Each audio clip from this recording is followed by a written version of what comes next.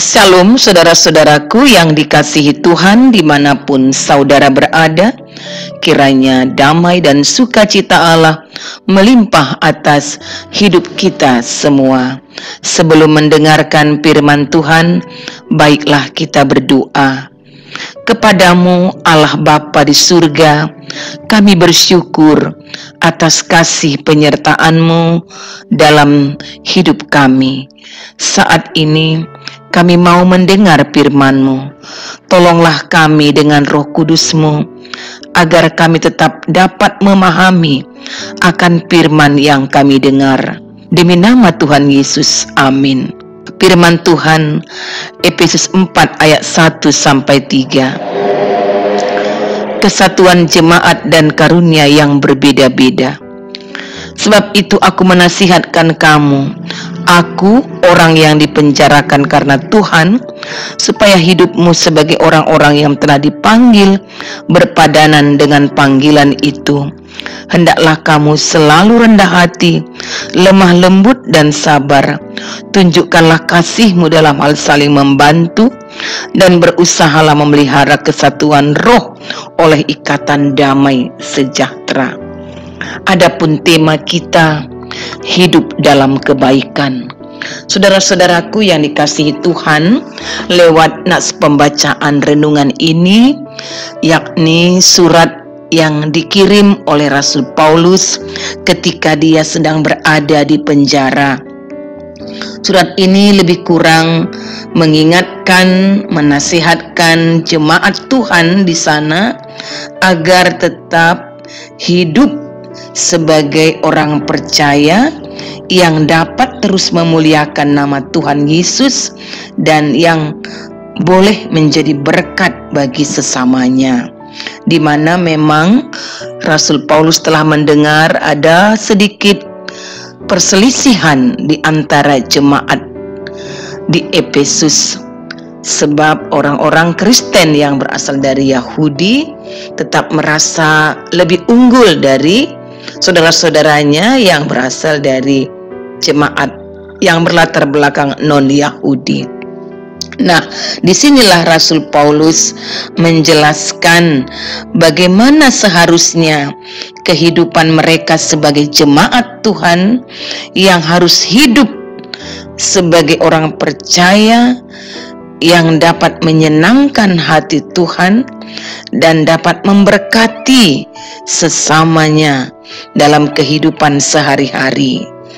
Nah, di sini Paulus mengingatkan lebih tegas dan lebih terinci bahwa setelah jemaat itu mengerti akan hidupnya yang sebagai orang percaya kepada Tuhan Yesus, dia harus melakukan kehidupan yang seturut dengan panggilan Tuhan itu sendiri. Dari kitab Efesus 4 ayat 1-3 ini dijelaskan oleh Rasul Paulus hidup orang-orang percaya yang bercirikan bahwa yang pertama harus ada rendah hati atau kerendahan hati.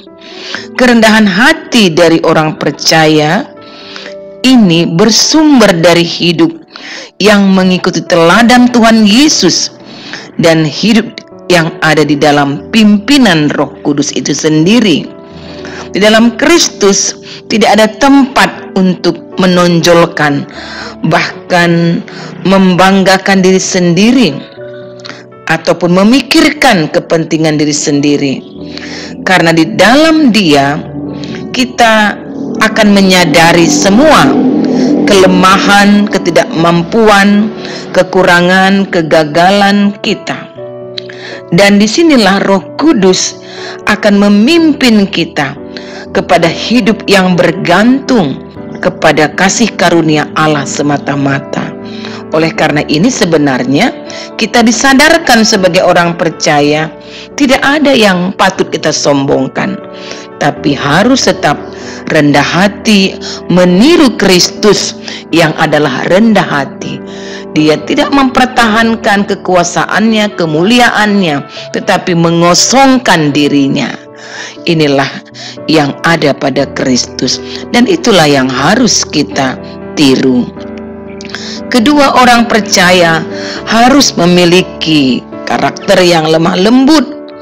Kata lemah lembut di sini dipakai dari kata praus yang menggambarkan binatang yang sudah terlatih, jinak, dan dapat dikuasai sepenuhnya. Melalui gambaran ini, seseorang yang dikatakan lemah lembut adalah jika hati nuraninya dan nafsunya dapat dikendalikan. Inilah ciri orang percaya, orang Kristen yang telah dikendalikan oleh Allah dan mau diatur sepenuhnya oleh Allah sendiri di dalam Roh Kudus.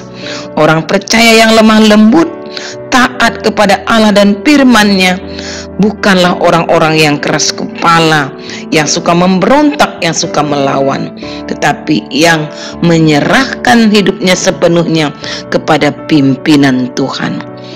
Dan yang selanjutnya, orang percaya harus memiliki sikap atau karakter yang panjang sabar. Kata panjang sabar dipakai dari kata makrotumia yang mengandung dua arti. Yang pertama, mau menunjuk kepada semangat yang tidak kenal menyerah dan yang mendatangkan pahala karena ketahanan imannya sampai akhir. Jadi kesabaran orang Kristen adalah semangat yang tidak kenal menyerah, semangat yang tidak dapat dihancurkan oleh kegagalan, penderitaan, kekecewaan, ataupun keputusasaan. Semangat ini akan tetap bertahan sampai akhir hidup orang percaya itu sendiri berakhir. Jadi yang kedua, panjang sabar yang berasal dari kata makrotumia menunjuk kepada pemakaian untuk menyebutkan kesabaran terhadap sesama manusia. Ini maksudnya adalah bagaimana sikap orang percaya yang mampu menerima penghinaan maupun apa saja yang diperhadapkan kepada mereka tanpa memiliki ataupun tanpa menyimpan sakit hati atau rasa pedih yang berlarut-larut. Tetapi di sini dikatakan panjang sabar, bagaimana orang percaya tetap semangat, yang mampu menghadapi siapa saja dengan penuh kesabaran karena Tuhan memberikan kekuatan kepada mereka. Inilah yang memantapkan hidup setiap orang percaya untuk tidak tawar hati, untuk tidak sakit hati, walaupun dia mendapatkan perlakuan yang tidak menyenangkan atau meremehkannya. Yang keempat, saudara-saudaraku, orang percaya harus memiliki karakter yang harus mengasihi, harus hidup di dalam kasih, di mana kasih agape, kasih Allah yang tidak mengharapkan balas itu, inilah yang harus dimiliki setiap orang percaya. Jadi kasih yang demikianlah kasih yang dapat membantu, yang tidak dapat dihalangi. Karena kita mengasihi bukan untuk mendapatkan balasan atau untuk mendapatkan pujian, tetapi karena kita telah lebih dahulu mengalami kasih Tuhan, yakni kasih agape itu. Untuk itulah kita mendasarkan kasih kita kepada siapapun, karena kasih Kristus yang telah berkorban itu, inilah yang juga akan kita teladani.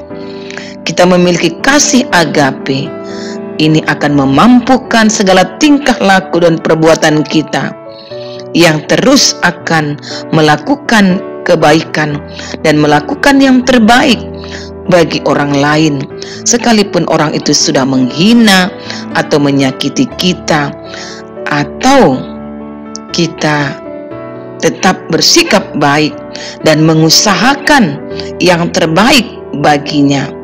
Inilah perbuatan kasih yang telah dilakukan Kristus karena Dia mengasihi kita ketika kita masih berdosa. Jadi perbuatan kasih Kristuslah yang akan kita teladani untuk dapat mengasihi siapapun, terlebih saudara-saudara kita seiman. Saudara-saudaraku, selanjutnya Rasul Paulus berkata dalam teks renungan ini bahwa orang percaya juga harus memelihara kesatuan roh, di mana kesatuan roh dari suatu tubuh Kristus atau gereja Tuhan tidak terjadi begitu saja, melainkan harus diusahakan dengan sengaja, dengan memang kerinduan kita untuk mendatangkannya. Kesatuan roh ini hanya mungkin terjadi jika setiap orang percaya, orang Kristen pada saat ini juga dalam tubuh Kristus itu dapat menaklukkan dirinya masing-masing, egonya masing-masing kepada pimpinan Roh Kudus, sehingga semua anggota dapat berjalan selaras, kompak dan seirama sesuai dengan kehendak Tuhan, bukan kehendak kita masing-masing. Jadi semuanya apapun yang kita lakukan kiranya berkenan kepada kehendak Tuhan. Dan yang berikutnya, orang percaya harus memiliki damai di dalam hatinya. Kata damai itu sendiri berasal dari bahasa Yunani, yakni Irene, yakni diartikan hubungan yang benar antara manusia dengan Allah, dengan dirinya sendiri dan dengan sesamanya, termasuk saudara seimannya, serta bagaimana orang-orang percaya tetap menunjukkan kasihnya. Jadi tidak ada permusuhan dan kebencian yang bisa merampas kedamaian itu sendiri.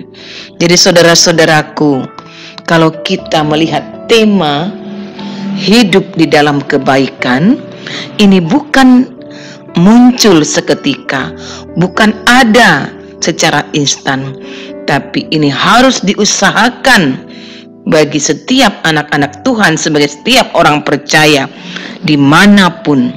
Saudara-saudaraku, hendaklah kamu selalu rendah hati, lemah lembut dan sabar. Tunjukkanlah kasihmu dalam saling membantu. Inilah kebaikan yang Tuhan inginkan. Inilah yang seharusnya sikap orang Kristen yang diperlihatkannya dari hari ke hari, baik dalam kehidupan persekutuan orang percaya atau dalam kehidupan di tengah-tengah masyarakat yang lebih luas. Karena kita adalah umat Tuhan yang dipakai untuk menyaksikan atau mewujudkan hidup yang ada dalam kebaikan itu sendiri secara konkret, yakni saling membantu adalah salah satu wujud dari kasih atau mengasihi dalam kehidupan ini.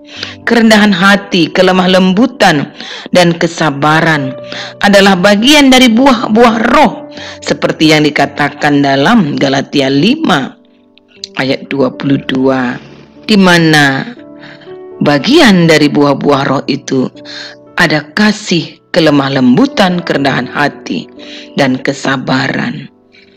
Jadi, saudara-saudaraku, persekutuan yang kokoh sebagai hidup berjemaat datang dari semua anggota jemaat itu yang hidup tunduk kepada Tuhan semata-mata.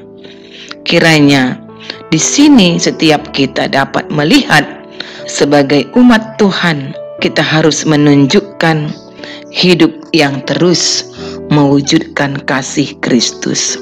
Saudara-saudaraku, biarlah hidup orang percaya adalah hidup yang memuliakan nama Tuhan Yesus dan yang menjadi berkat bagi sesamanya. Mari berdoa. Terima kasih Tuhan, Engkau telah melawat kami lewat firman yang sungguh meneguhkan hati kami untuk boleh mewujudkan hidup dalam kebaikan. Tolonglah kami untuk melakukannya. Demi nama Yesus, amin. Shalom saudara-saudaraku, Tuhan Yesus memberkati.